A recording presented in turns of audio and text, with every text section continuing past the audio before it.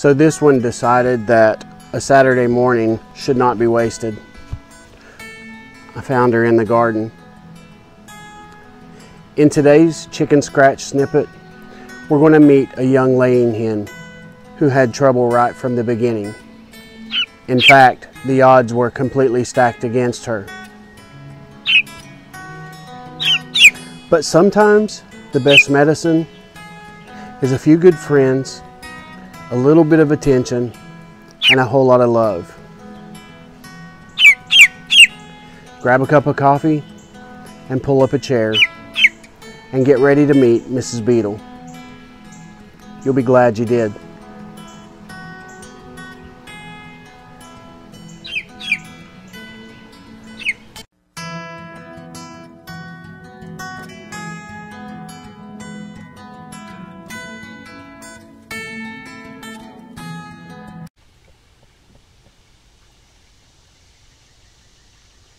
We got a call back in the spring about 4 laying hens that needed to be rehomed. After a brief discussion, we decided that we had the room to take on 4 more hens, and it would probably be in their best interest to bring them here. So the next day, we set out to pick these chickens up. Once we arrived, the owners brought out 3 of the hens from the chicken run, and we put them into a crate. And then the owner went out to a building, a shed. And when he came out of the shed, he had the 4th hen. It struck me as a little odd, but I didn't think a lot about it at the time. So we bring those girls home, and the first thing we do is inspect each one of them. We always check to make sure that their body weight is acceptable. We look through their feathers, looking for lice, mites, ticks, anything that could hurt them. We just kind of give them an overall exam just to make sure that they are healthy and thriving. Once we do that, they go into a quarantine. Any new animal that comes onto the farm, regardless of where we get this animal from, always goes into quarantine for a minimum of 14 days. That's just to ensure that we don't bring any diseases to our animals. And so that is what we were doing with these hens. So as I pick up the 4th hen to give a brief inspection, I notice immediately that there's a few things that are just off. The first thing was there was no reaction when I picked her up. Now, even the most friendliest chickens will typically react when you pick them up, whether it be flapping their wings or maybe being a little vocal. They're going to react somehow. But with her, there was no reaction. So once I began to feel her stomach, I noticed that she was extremely skinny. Her breastbone was protruding. Now, this can be a little deceiving in the chicken world because feathers are so fluffy.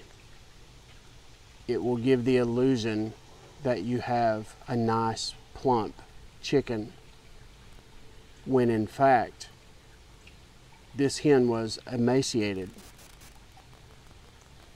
I immediately became pretty concerned for her. So I put her down and I ran and got some food and water, sit it right beside her, and she didn't even acknowledge either. So at that point, I realized that she was blind, totally blind. Now, I don't know at what point this happened. She could have been born blind. I don't know if being in that building maybe weakened her eyes and eventually she lost her sight. But that's neither here nor there. At this point, we just have to make a decision on how to care for her. We decide to put her in her own separate quarantine where we start her on an antibiotic, electrolytes. We give her immunizations, and I start her on an aggressive worming treatment. We do all of this pretty aggressively, actually, with the goal of getting her to feel better as quickly as possible so that she can put on some weight. That was our priority at the moment. And honestly, it worked. She stayed in her own quarantine for 2 weeks. We hand-fed her. We continued with her medicines. And every day we brought her out into the yard so that she could kind of acclimate to the area, to us, and to the other animals here. Lily, our border collie, who is our farm nurturer, she did what Lily does best. She stayed right with Mrs. Beetle. She hung with her, she protected her, and she just became a great friend to her. So that was pretty awesome. She still had a long road ahead of her. Recovery is a process, and all of her nights were spent in solitude. But she held on. She fought.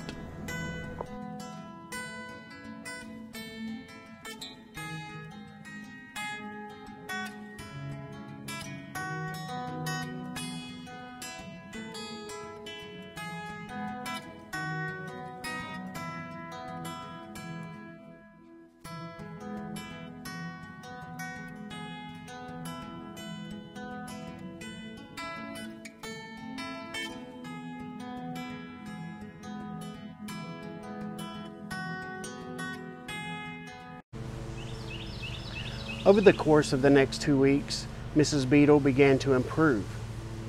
She started to put on some weight, her posture was much better, and she even became more vocal.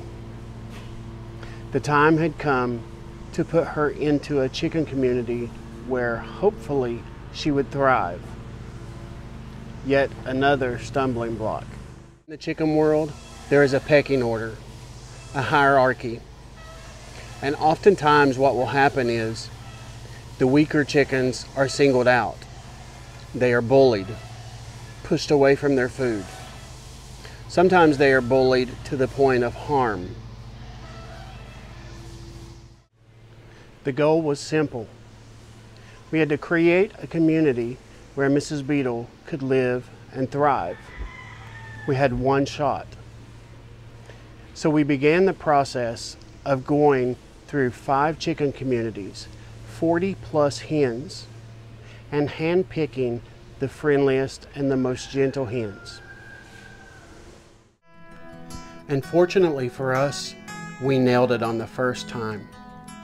Mrs. Beetle went into a community of silky hens and 1 silky rooster, some of the most friendly and docile birds we have.